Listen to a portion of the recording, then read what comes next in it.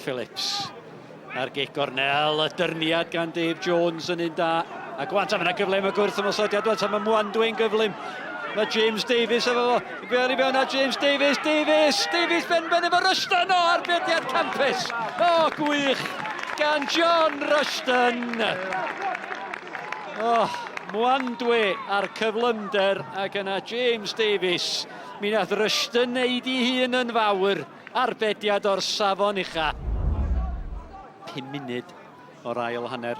Gwynt y tu ôl i'r tafliad gan Ryan Sears. Mae'n rhydd. Golwr ar dyrniad. Mi oedd ei angen ni. Aaron Williams. A mae hwnna wedi croesi'r llinell. Mi oedd y dyfarnwr cynorthwyol ar yr ochr bella yn edrych ar hyd y llinell. Ac Aaron Williams. 5 munud a hanner o'r ail hanner wedi chwarae. Yr ymwelwyr ar y blaen. Y Fflint dim. Y Drenewydd 1. Wan Phillips ar tafliad i fewn i'r Gwent. O, cyfle clir. Ac i'r capten Alex Jones.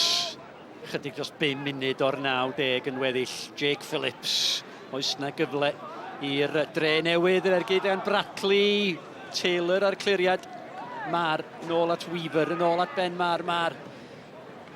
Prawf i'r golwr. O, mi nath Jones di gollwng i. O, mi o'na gyfle Connor Harwood. Smonach gan Dave Jones yn y gol. Weaver. Brackley, wan ta mae Jones, mae Cadwaladr.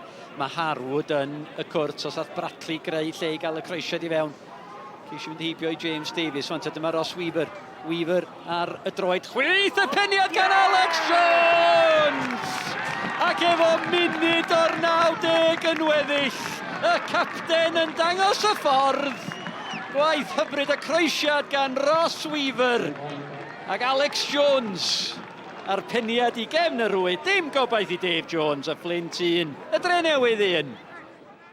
Yeah, look, you look back at the season, last game today, really pleased with the players. Applied themselves fantastically well all season, and to get third when you look at the quality in the league and the quality in particular, in the top 6, it's something that we can build on for next season. We finished the season in 5th place. We're probably, a couple of moments away from finishing it in 4th, and ultimately, Mike Wilde, Danny Harris and Jack Kenny have missed half the season. Alex Jones has missed a third of the season and Mike Parker's missed all the season.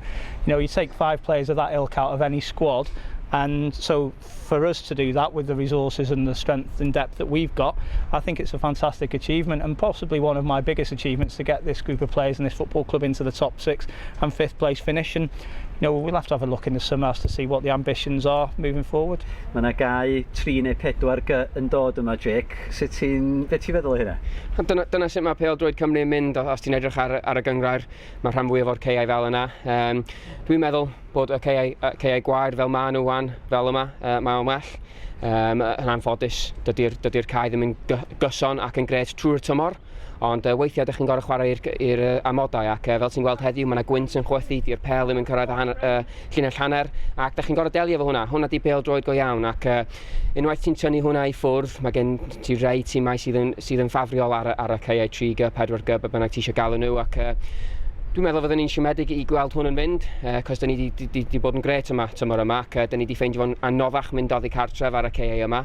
Ond mi nawn ni edrych ymlaen, ac mae hwnna'n mynd i roi rhywbeth i ni baratoi at flwyddyn nesaf. In the next 7 to 10 days, are you all TNS supporters? Look, we'll have respect for the 2 teams in the final, of course, and I think it's blatantly obvious which way we want the result to go. But Reece has done a fantastic job there. Reminded me very similar to the job that we did a few years ago when we got to the final and we played against TNS. But yeah, look, 2 good teams going at it, and we'll be interested observers to say the least. Neil, diolch yn fawr iawn am bob dim tymor yma. Tymor nesa, ti'n mynd i wneud cyfweliad Cymraeg hefo fi? Possibly.